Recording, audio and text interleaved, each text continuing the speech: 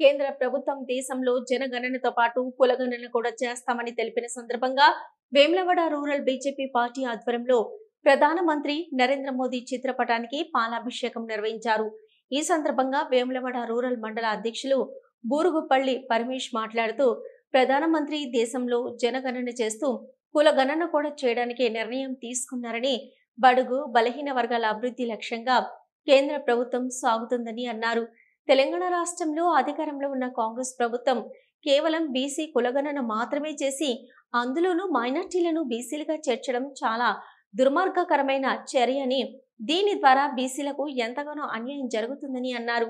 దేశంలోని బడుగు బలహీనతల వర్గాల అభివృద్ధి కేవలం బీజేపీతోనే సాధ్యమని అన్నారు. ఈ కార్యక్రమంలో రూరల్ మండల ప్రధాన కార్యదర్శి గోపు ప్రవీణ్, మాజీ ఎంపీపీ బండ మల్లేశం, సీనియర్ నాయకులు రవికిషోర్, కిషన్ రెడ్డి, వివిధ గ్రామాల బూత్ అధ్యక్షులు, నాయకులు, కార్యకర్తలు పాల్గొన్నారు.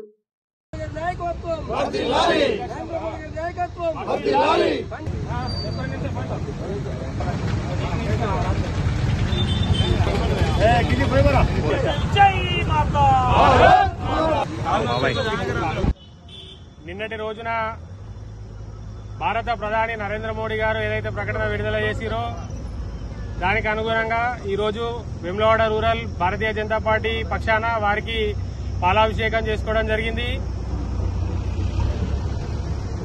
వారు జనగణనతో పాటు కులగణన కూడా యావత్ భారతదేశం మొత్తంలో కూడా జనగణనతో పాటు కులగణన కూడా చేస్తానని చెప్పడం, కులగణనకు అనుగుణంగా రాబోయే రోజులలో సర్వేకు అనుకూలంగా ప్రతి కులానికి కావలసిన అభివృద్ధి పొందడానికి కావలసిన నిధులు సమకూర్చడానికి వారు కులగణన చేయడానికి పూనుకున్నారు. దీన్ని పురస్కరించుకొని భారతీయ జనతా పార్టీ వివిధ కులాల సంఘాల వారితో కలిసి వారికి పాలాభిషేకం చేసుకోవడం జరిగింది. గత 10 సంవత్సరాల క్రితం టీఆర్ఎస్ గవర్నమెంట్ కులగణన చేస్తామంటూ జనగణన కూడా చేయలేకుండా పోయింది. మొన్నటికి మొన్న కాంగ్రెస్ పార్టీ దేశం మొత్తం మేము కులగణన చేస్తామని చెప్పి అధికారంలో ఉన్న తెలంగాణలో అధికారంలో ఉన్న కాంగ్రెస్ పార్టీ మాత్రం కేవలం బీసీ గణన ఒకటే చేసి ఆ బీసీ గణన కూడా పూర్తిగా చేయకుండా ముస్లిం మైనారిటీలను తీసుకొచ్చి బీసీలో కలిపి ఇదే బీసీ గణన అని చెప్పి బీసీలకు అన్యాయం చేసిన సంగతి యావత్ తెలంగాణ ప్రజలకి తెలిసిందే. ఈరోజు మోడీ గారు కులగణన చేసి ఆర్థికంగా ఏవైతే కులాలు తక్కువగా ఉన్నాయో వారిని ముందుకు తీసుకెళ్లే సదుద్దేశంతో దేశ అభివృద్ధి కోసం వారు నడుస్తున్నారు.